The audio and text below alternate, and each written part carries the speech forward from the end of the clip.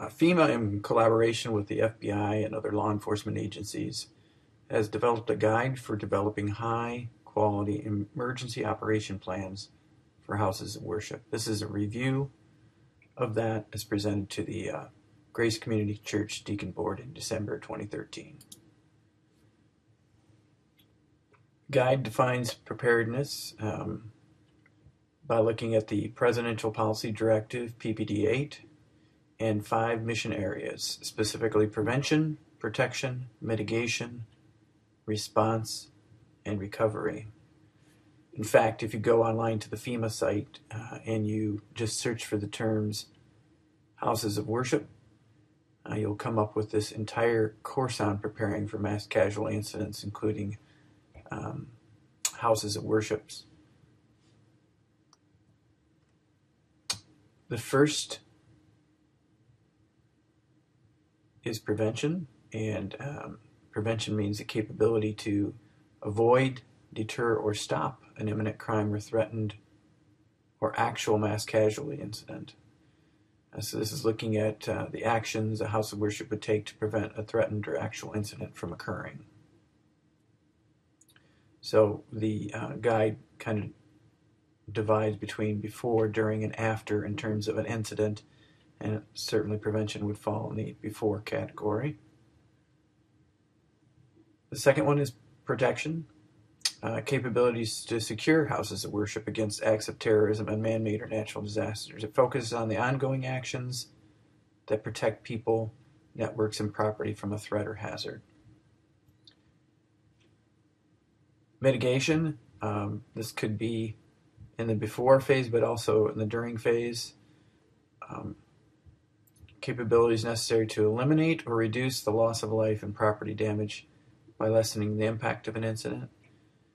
Basically, the idea is to reduce threats and hazards that will happen.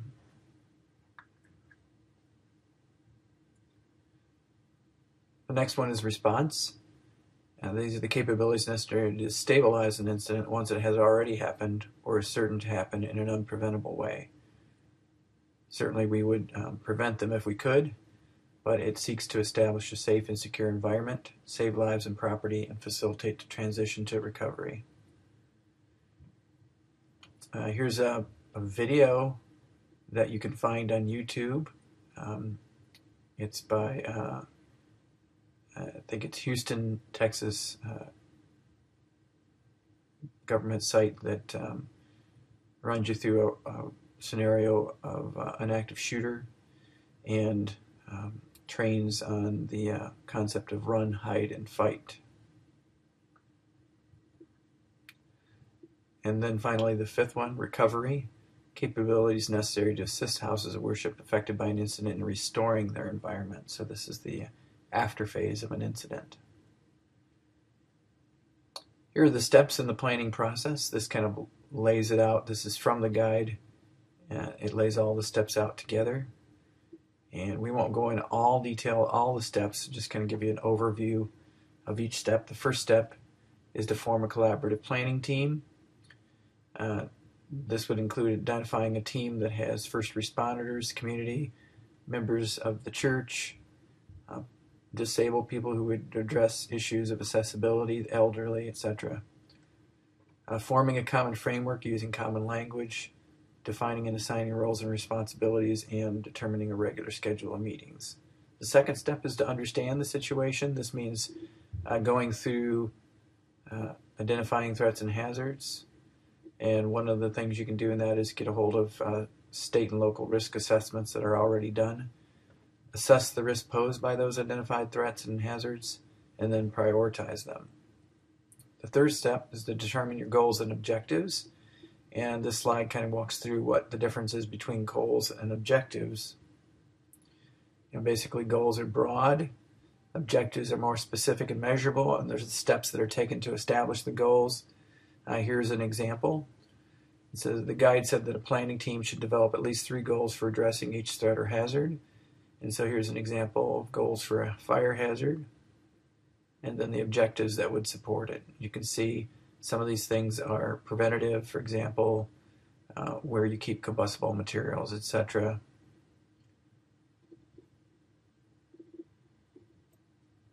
Step 4 is plan development, identifying specific courses of action. So one thing the team would do is depict some scenarios, determine the amount of time available to respond, identify key decision points, for example, whether to evacuate, shelter in place, or lock down, develop courses of action, and selecting the most appropriate course of action.